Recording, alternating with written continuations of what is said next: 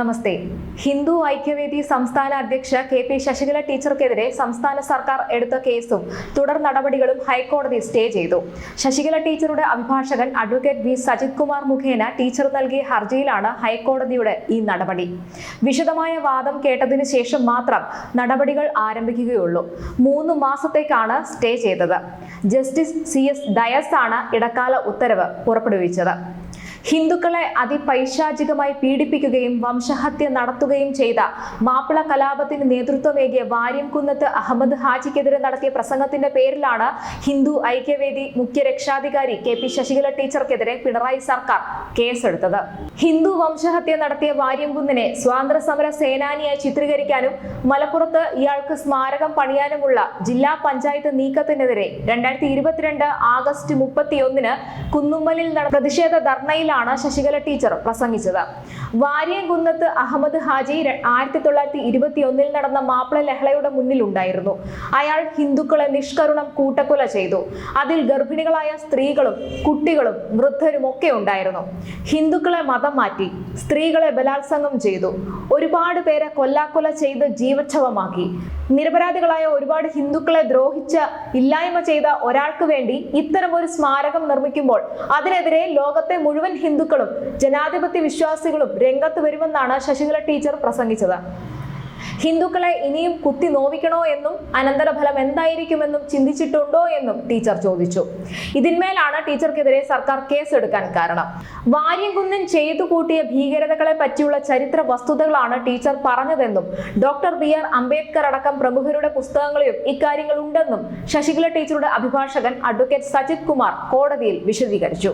പ്രകോപനപരമായി പ്രസംഗിച്ചെന്നും മതവികാരം വ്രണപ്പെടുത്തിയെന്നും ആരോപിച്ചെടുത്ത കേസിൽ Malappuram first class magistrate കോടതിയിൽ കുറ്റപത്രം നൽകിയിരുന്നു. ഇതിനെതിരെയാണ് ഇപ്പോൾ ഹർജി നൽകിയത്.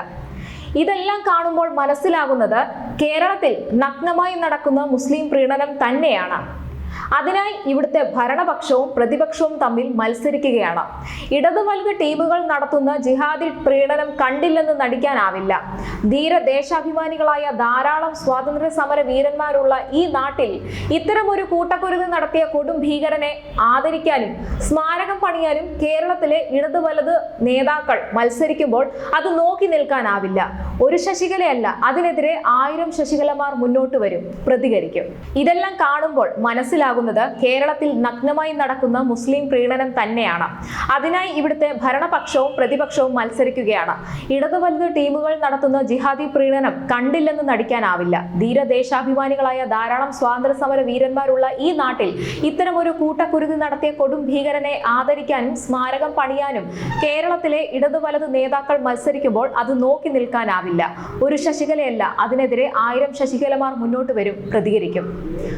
1921 മാപ്പിള ലഹള പൊട്ടിപ്പുറപ്പെട്ടത് ടിപ്പു എന്ന സാമ്രാജ്യ മോഹിയുടെ പടയോട്ടത്തിന് തുടർച്ചയായിട്ടാണ്. അക്കാലത്ത് ഹിന്ദുക്കളുടെ സ്വത്തുക്കൾ ബലമായി പിടിച്ചെടുത്ത് മുസ്ലിം സമുദായക്കാർക്ക് കൊടുത്തു. അങ്ങനെ ഹിന്ദുക്കളും മുസ്ലിങ്ങളും തമ്മിൽ ചെറുതും വലുതുമായ ധാരാളം കലഹങ്ങൾ ഉണ്ടായിരുന്നു. ഹിന്ദുക്കളുടെ സ്വത്ത് വിവരങ്ങൾ ഹജൂർ കച്ചേരിയിലായിരുന്നു സൂക്ഷിച്ചിരുന്നത്. അതായിരുന്നു ലഹളക്കാർ ആദ്യം തന്നെ കച്ചേരി തീയിട്ട് നശിപ്പിച്ചത്. അങ്ങനെ ഏറനാട് എന്ന സ്ഥലത്ത് ഹിന്ദുക്കൾ സ്വത്തുക്കൾ ഇല്ലാത്തവരായി തീർന്നു. 1920 കാലത്തായിരുന്നു തുർക്കിയിലെ ഖലീഫയെ ബ്രിട്ടീഷുകാർ പുറത്താക്കിയത്. അതോടുകൂടി മുസ്ലിങ്ങളുടെ കണ്ണിലെ കരടായി ബ്രിട്ടീഷുകാർ മാറുകയും ചെയ്തു. അതുവരെ മുസ്ലിങ്ങൾക്ക് ബ്രിട്ടീഷുകാരോട് ഒരു വെറുപ്പും ഉണ്ടായിരുന്നില്ല. 1857 സമരത്തിൽ മുസ്ലിം ഭടന്മാരും പങ്കെടുത്തിരുന്നു എങ്കിലും അതൊന്നും മലബാറിലെ മാപ്പിളമാർക്ക് അറിയുക പോലുമില്ലായിരുന്നു. ഖിലാഫത്ത് ലോകത്തിലെ മുസ്ലിങ്ങളെ ഒന്നാകെ ബാധിക്കുന്ന ഒന്നാണെങ്കിലും മലബാർ മേഖലയിലെ മുസ്ലിം സമുദായം മാത്രമേ ലഹളയിൽ പങ്കെടുത്തിരുന്നുള്ളൂ. അതുകൊണ്ടാണ് ഖിലാഫത്ത് സമരം എന്നത് കേരളം ഒഴിച്ച് ബാക്കി ആർക്കും അറിയാതിരുന്നത്. വാര്യംകുന്നത്ത് കുഞ്ഞഹമ്മദ് ഹാജിയെ തിരുവിതാംകൂറുകാരന് പോലും അറിയുമായിരുന്നില്ല. അപ്പോഴാണ് ബ്രിട്ടീഷ് സാമ്രാജ്യം അയാൾക്ക് മുന്നിൽ പേടിച്ചു വിറച്ചു എന്നൊക്കെ തട്ടിവിടുന്നത്. വാര്യംകുന്നത്ത് ഹാജി മാപ്പിള ലഹളയുടെ മുന്നിൽ ഉണ്ടായിരുന്നു. ഹിന്ദുക്കളെ നിഷ്കരുണം കൂട്ടക്കൊല ചെയ്യുന്നതിലും മതം മാറ്റുന്നതിലും സ്ത്രീകളെ ബലാത്സംഗം ചെയ്യുന്നതിലും അതിവിദഗ്ധനായിരുന്നു അയാൾ. ഇത്തരമൊരു കൊടും ഭീകരന് സ്മാരകം ഉണ്ടാക്കുന്നത് സ്വാതന്ത്ര്യ സമര നായകൻ എന്ന് പറഞ്ഞ് കൊട്ടിഘോഷിക്കുന്നത് ചരിത്രത്തോടും സാംസ്കാരിക കേരളത്തോടും അങ്ങേയറ്റം ചെയ്യുന്ന ക്രൂരതയാണ്. വാര്യംകുന്നനെ ഭഗത് സിംഗിനോട് ഉപമിച്ച നേതാക്കളുള്ള നാടാണ് നമ്മുടെ ഈ കേരളം. ഇതൊക്കെ അങ്ങേയറ്റം അപലപനീയമാണ്. CPM-ഉം സംസ്ഥാന സർക്കാരും വാര്യംകുന്നനെയും അവരെ അനുകൂലിക്കുന്നവരെയും വെള്ളപൂശാൻ ശ്രമിക്കുകയാണ്. വാര്യംകുന്നന്റെ ആക്രമണത്തിന് EMSന്റെ കുടുംബവും ഇരകളായിരുന്നു എന്നൊരു ചരിത്രവും ഉണ്ട്. സ്മാരകം നിർമ്മിക്കാൻ നടന്ന ടൂറിസം മന്ത്രി മുഹമ്മദ് റിയാസും സർക്കാരും EMSന്റെ സ്വാതന്ത്ര്യ സമരം എന്ന സമ്പൂർണ്ണ ഗ്രന്ഥം വായിക്കണമെന്നാണ് അപേക്ഷ. EMS പറഞ്ഞത് മുസ്ലിം കലാപമായി പരിണമിച്ചിട്ടുണ്ടെന്നാണ്. EMSന്റെ കുടുംബത്തിന് ഏലംകുളത്ത് നിന്നും പാലക്കാട്ടേക്ക് പലായനം ചെയ്യേണ്ടി വന്നിട്ടുണ്ട് എന്നും എല്ലാം അതിൽ വ്യക്തമാക്കുന്നുണ്ട്. വാര്യംകുന്നത്ത് കുഞ്ഞാമത് ഹാജി, ആലി മുസ്ലിയാർ തുടങ്ങി 387 രക്തസാക്ഷികളെ രക്തസാക്ഷി നിഘണ്ടുവിൽ നിന്ന് നീക്കാനുള്ള ഇന്ത്യൻ കൗൺസിൽ ഫോർ ഹിസ്റ്റോറിക്കൽ റിസർച്ചിന്റെ റിപ്പോർട്ട് പുറത്തു വന്നതിനെ തുടർന്നായിരുന്നു CPM-ഉം സംസ്ഥാന സർക്കാരും സ്മാരകം പണിയാനും ആദരിക്കാനും ഇറങ്ങി പുറപ്പെട്ടത്. കൊള്ളയും കൊള്ളിവെപ്പും നടത്തി പണം സമ്പാദിച്ച ഒരു കുടുംബമായിരുന്നു വാര്യംകുന്നന്റേത്. അയാളുടെ കുടുംബത്തിന് വാര്യൻ എന്ന തലക്കെട്ട് കൊടുത്തത് ഹൈദർ എന്ന മുസ്ലിം രാജാവായിരുന്നു എന്നാണ് ഒരു അറിവ്.